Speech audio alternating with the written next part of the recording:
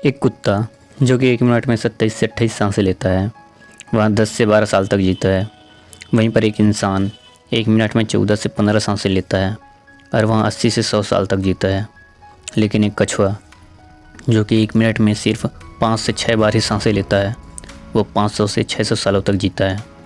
इससे स्पष्ट है कि जिन जीवों की सांसों की संख्या जितनी कम होती है, वो उतनी लंबी आयु तक जी सकता है। इसी चीज़ को समझकर हमारे पूर्वजों ने सांसों की संख्या को कम और उसकी गहराई को ज़्यादा करने के विज्ञान पर काम करना शुरू कर दिया था, क्योंकि वे समझ गए थे कि इंसान को जीने के लिए साल या महीने नहीं, बल्कि एक निश्चित संख्या में सांसें मिलती है और सांसों को लेने की गति को कम करके उम्र को लंबा किया जा सकता है। लेकिन सांसों की धीमा और लंबा होने की गति प्राकृतिक रूप से होनी चाहिए। जब हम सांस लेते हैं तो वायु प्रत्यक्ष रूप से हमें 3-4 स्थानों पर ही महसूस होती है, जैसे कंठ, हृदय, फेफड़े और पेट। मस्तिष्क में गई हुई वायु का हमें पता ही नहीं चलता। कान, नाक में गई हुई वायु का भी कम ही पता चलता है। श्वसन तंत्र से भीतर गई वायु कई प्रकार से विभाजित हो जाती है, जो अलग अलग क्षेत्र में जाकर अपना अपना कार्य करके पुनः वायु के रूप में बाहर निकलते हैं। ये सब इतनी जल्दी होता है कि हमें इसका पता ही नहीं चल पाता। हम सिर्फ इतना ही जानते हैं कि ऑक्सीजन भीतर गई और कार्बन डाइऑक्साइड बाहर निकल गई, लेकिन भीतर वहाँ क्या क्या सही या गलत करके जाती है, इसका कम ही ज्ञान हो पाता है। यदि हम जोर से गहरी सांस लेते हैं तो तेज़ प्रवाह के साथ शरीर के अंदर बैक्टीरिया नष्ट होने लगता है। कोशिकाओं को रोगों से लड़ने की क्षमता भी बढ़ जाती है। बोन मैरो में नए रक्त का निर्माण होने लगता है। आंतों में जमा मल विसर्जित होने लगता है। मस्तिष्क की जागरूकता लौट आती है, जिससे मन की शक्ति दुरुस्त हो जाती है। न्यूरॉन की सक्रियता से सोचने समझने की क्षमता पुनः जिंदा हो जाती है। आजकल अधिकतर लोगों की सांस उखड़ी और बिखरी हुई रहती है, उथल पुथल रहती है या फिर तेज़ी से चलती है। लोगों को यहाँ पता ही नहीं चलता कि उनकी सांसें किस प्रकार चल रही है। जब क्रोध का भाव उठता है तो सांस बदल जाती है। वहीं पर काम वासना का भाव उठता है तब भी सांस बदल जाती है। हमारे प्रत्येक भाव और विचार के साथ हमारी सांसें भी बदलती रहती है। इसके साथ हमारे खान पान और रहन सहन से भी ये बदलती रहती है। असल में हमारी सांसों का हमारे मन की स्थिति और हमारी शारीरिक अवस्था से सीधा संबंध होता है। पूरा योग विज्ञान ही सांसों को सही तरीके से लेने पर टिका हुआ है। तो अगर हम सिर्फ अपनी सांसों को सही तरीके से लेना सीख जाते हैं तो हमारा जीवन जादू की तरह बदल जाएगा। आज इस प्राचीन युग की कहानी के माध्यम से हम सांसों को सही तरीके से लेने का तरीका और सांसों के जादुई रहस्य के बारे में विस्तार से जानेंगे। बहुत समय पहले की बात है, एक ऋषि अपने आश्रम में छात्रों को ध्यान और प्राणायाम की शिक्षाएं दिया करते थे। ऋषि खुद भी एक योगी थे। उन्होंने अपने कई वर्ष हिमालय की गुफा में साधना करते हुए बिताए थे, जहाँ पर उन्होंने बहुत से सूक्ष्म मानवीय आयाम को गहराई से समझा था और अब वो इसी अनुभव और ज्ञान को शिष्यों के माध्यम से जन समूह तक पहुंचाना चाहते थे। एक दिन रात्रि के भोजन के पश्चात उनके आश्रम का सबसे बुद्धिमान और होनहार छात्र उनके पास आता है। छात्र के चेहरे को देखकर गुरु समझ गए कि उसके मन में कुछ प्रश्न उठ रहे हैं। गुरु के नज़दीक पहुंचते ही छात्र ने उन्हें प्रणाम किया और कहा, गुरुदेव, मैं आपसे कुछ प्रश्न पूछना चाहता हूं। गुरु ने मुस्कुराते हुए कहा, मुझे मालूम है, यहाँ तो मैं तुम्हारे चेहरे को देखकर ही समझ गया था। पूछो क्या प्रश्न है। छात्र ने कहा, आप अक्सर कहते हैं कि योग, ध्यान और प्राणायाम का मूल आधार हमारी सांसें होती है और अपनी सांसों पर नियंत्रण पाते ही हम अपने मन और विचारों पर नियंत्रण कर लेते हैं। तो आज मैं आपसे सांसों के रहस्य और उनके योग विज्ञान के बारे में विस्तार से जानने आया हूँ। ये सुनकर गुरु ने एक हल्की मुस्कान दी और फिर कहना शुरू किया, जैसा हमारा मन होता है, हमारी सांसों की गति भी वैसी हो जाती है, या फिर जैसी हमारी सांसें होगी वैसी ही हमारी मनोदशा हो जाएगी। यानी हमारी सांसों से सब कुछ जुड़ा हुआ है। जो हमारे भीतर घटता है वो भी, और जो हमारे बाहर घटता है वो भी। हमारे जीवन में घटने वाली हर एक घटना हमारी सांसों से गहरा संबंध रखती है। मतलब कि हमारी सांसों की गति पर नियंत्रण करके अपने मन और विचारों पर नियंत्रण कर सकते हैं। अगर तुम किसी सच्चे योगी साधक को ध्यान से देखोगे तो तुम्हें उनके चेहरे पर एक गजब का ठहराव दिखेगा। एक सच्चा योगी बुरी से बुरी स्थिति में भी खुद को शांत रख सकता है। एक योगी अपनी भावनाओं को नहीं दबाता, बल्कि वे अपनी सांसों पर नियंत्रण हासिल करता है और सांसों को नियंत्रित करते ही वे अपने मन पर नियंत्रण कर लेता है। और जिस आदमी का मन उसके नियंत्रण में हो, उसके पास उसके सभी समस्याओं का समाधान है। गुरु ने छात्र की तरफ इशारा करते हुए कहा, तुमने कुछ योगियों के बारे में सुना होगा कि वो 150 या फिर 300 सालों तक जीवित रह जाते हैं, तो आखिर वो इतने लंबे समय तक खुद को जीवित कैसे रख पाते हैं? असल में उनका नियंत्रण अपनी सांस पर होता है, जिसे प्राण ऊर्जा भी कहते हैं। ऊर्जा हमारे चारों तरफ है, इसे कितनी मात्रा में लेना है और छोड़ना है, यहाँ एक योगी अच्छी तरह से जानता है और वो इस काम पर बहुत हद तक महारत हासिल कर लेता है। इसलिए वो इस प्राण ऊर्जा का उपयोग अपनी ज़रूरत के हिसाब से कर सकता है और ख़ुद को दीर्घायु बना सकता है।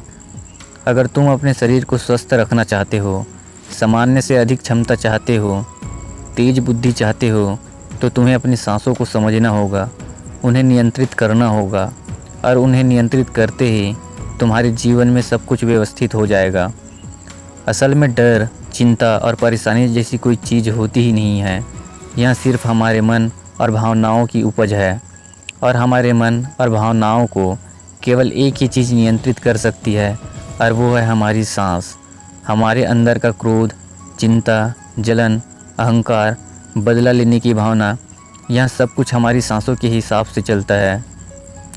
अगर हमारी सांसों पर हमारा नियंत्रण है तो ये सभी विकार हमारे नियंत्रण में हो जाते हैं। यह हमारे शरीर और हमारे मन के बीच पुल का काम करती है। अगर हमें अपने मन तक पहुंचना है, उसके विकारों को समझकर उसको दूर करना है, तो हमें अपने सांसों के पुल पर चलना होगा। हमें सांसों के जरिए अपने मन तक पहुंचना होगा और यही एकमात्र रास्ता है अपने मन को समझने का। अगर तुमने कभी किसी बच्चे को सोता हुआ देखा हो तो तुमने अनुभव किया होगा, जब वह बच्चा सांस अंदर लेता है तो उसका पेट फूलता है और जब सांस छोड़ता है तो पेट पिचक जाता है। यानी कि एक बच्चा अपनी नाभि से सांस लेता है, जो कि सांस लेने का सबसे प्राकृतिक और सही तरीका है। अपनी इस गहरी और लंबी सांस की वजह से बच्चे का मन उत्साहित और हल्का रहता है। उसका शरीर ज़्यादा प्राकृतिक तरीके से काम करता है। तुमने देखा होगा, बच्चा अपने मन में किसी बात को ज़्यादा लंबे समय तक नहीं रख सकता और ना ही वह किसी से ज़्यादा लंबे समय तक गुस्सा रह सकता है। उसे किसी गलती पर डांट मार दिया जाए तो कुछ समय बाद उसे भी भूलकर अपने खेल में मगन हो जाता है। बच्चा इतना सरल इसलिए हो पाता है क्योंकि उसकी सांस प्राकृतिक रूप से चलती है। यानी नाभि से बच्चे के शरीर को विकास चाहिए। विकास के लिए ज़्यादा ऊर्जा और ज़्यादा ऊर्जा के लिए ज़्यादा लंबी सांसें चाहिए। इसलिए प्रकृति ने उसे ज़्यादा लंबी सांसें दी है। हालांकि ये लंबी सांसें हर मनुष्य को दी गई है, लेकिन इंसान ने अपने जीवन में अप्राकृतिक परिवर्तन कर अपनी सांसों को छोटा कर लिया है। वो पेट की वजह अपने सीने से सांस लेता है। हम जितनी छोटी सांसें लेंगे उतनी चिंता और बकवास से भरे रहेंगे। हमारी सांस जितनी लंबी और गहरी होगी, हम उतने ही खुश और शांत रहेंगे। गुरु ने आगे कहा कि एक आदमी 1 मिनट में 14 से 15 सांसें लेता है। सांस का सीधा संबंध हमारी मन की स्थिति और हमारे शारीरिक कंपन से है। अगर 1 मिनट में ली जाने वाली सांसों की संख्या 11 से नीचे आ जाए तो हम अपने आसपास होने वाले कई कंपनों को समझना शुरू कर देंगे। यानी जानवरों की आवाज़ हमारे लिए स्पष्ट हो जाएगी। तुमने सुना होगा कि शेर और बाघ जैसे खूंखार जानवर भी कुछ योगियों के सामने आते ही पालतू बिल्ली की तरह व्यवहार करने लगते हैं। ऐसा इसलिए हो पाता है क्योंकि उन योगियों ने अपनी सांसों की संख्या को कम करके जानवरों की आवाज़ों, उनकी भावनाओं और कंपनों के साथ एक संवाद स्थापित कर लिया है। अगर 1 मिनट में ली जाने वाली सांसों की संख्या 9 से कम हो जाए तो पेड़ और वनस्पति जो कार्य कर रहे हैं वह समझना हमारे लिए आसान हो जाएगा। अगर हमारी सांस 1 मिनट में 6 से कम हो जाती है तो बेजान चीज़ें कैसे काम करती है यह समझना हमारे लिए आसान हो जाएगा। बेजान चीज़ों के कंपन और उनसे जुड़ी दुनिया हमारे लिए स्पष्ट हो जाती है। दूसरे शब्दों में कहा जाए तो ब्रह्मांड की प्रकृति समझी जा सकती है और ऐसी स्थिति पर पहुंचकर ही बहुत सी योगियों और ऋषि मुनि ब्रह्मांड के रहस्यों और उनमें घटने वाली घटनाओं की भविष्यवाणी कर देते हैं। हमारा शरीर जितनी स्थिर होगा हम उतनी ही कम सांस लेंगे। दोस्तों, योग विज्ञान के अनुसार एक साधक अपनी सांसों पर नियंत्रण करके बहुत सी ऐसी चीज़ें कर सकता है जो साधारण इंसान के जीवन से परे है। योग परंपरा में तो यह भी कहा जाता है कि अपनी सांसों को घंटों तक रोककर एक आदमी एक नए मानवीय आयाम का अनुभव कर सकता है। ऐसी बहुत सी बीमारियां जो जानलेवा हो सकती है या जिनका कोई इलाज नहीं है, उन्हें केवल अपने मन और दिमाग पर नियंत्रण रखकर ठीक किया जा सकता है। अपनी सांसों पर नियंत्रण करके व्यक्ति एक ऐसी मानसिक स्थिति तक पहुंच सकता है जहां जीवन में आने वाले उतार चढ़ाव उसे परेशान नहीं कर सकेंगे। कुछ लोगों को ये सब बातें कहानी लग सकती है क्योंकि आमतौर पर लोग ऐसा नहीं करते हैं और कोई भी चीज़ जिस पर उन्हें यकीन नहीं होता उन्हें अंधविश्वास कह दिया जाता है। गुरु ने आगे कहा, जब सांस विचलित होती है तो मन भी अस्थिर हो जाता है, लेकिन जब सांस शांत होती है तो मन भी स्थिर हो जाता है और योगी दीर्घायु हो जाता है।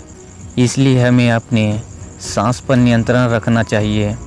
गुरु ने शिष्य की आंखों में देखते हुए कहा, तुम्हें क्या लगता है, क्या तुम जितनी लंबी सांस अंदर लेते हो उतनी ही लंबी सांस बाहर निकालते हो? नहीं।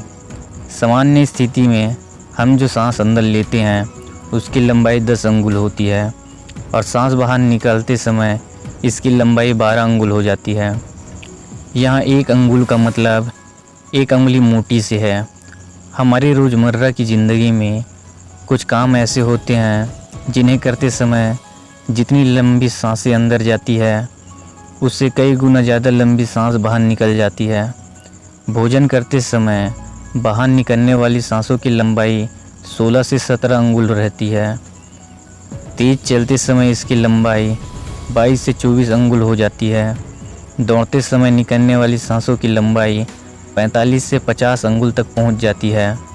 संभोग करते समय 50 से 60 अंगुल। सोते समय नींद में बाहर निकलने वाली सांसों की लंबाई 60 से 70 अंगुल तक पहुंच जाती है।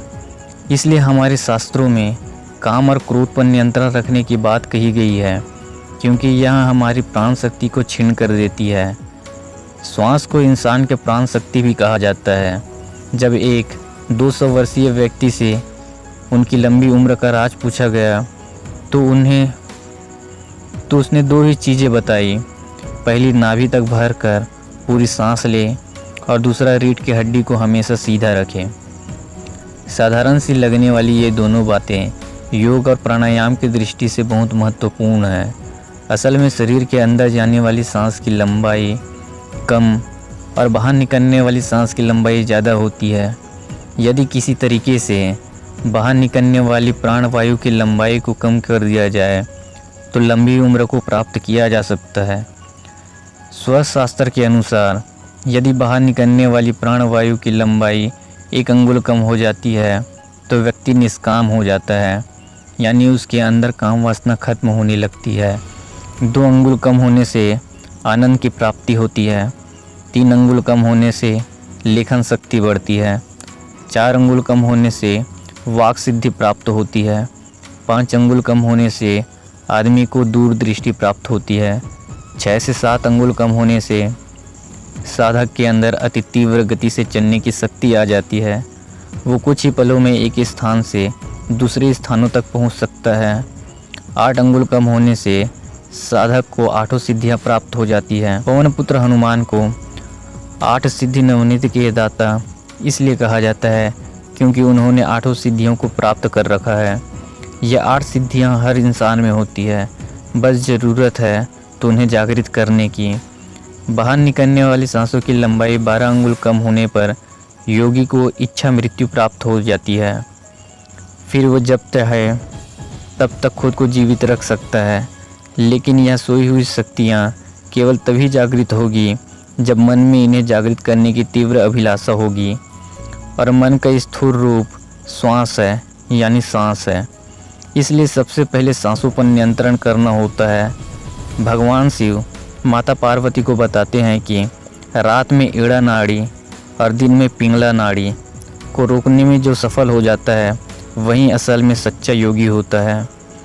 नाड़ियों के विज्ञान के बारे में हम किसी और वीडियो में विस्तार से बात करेंगे। तब तक के लिए धन्यवाद।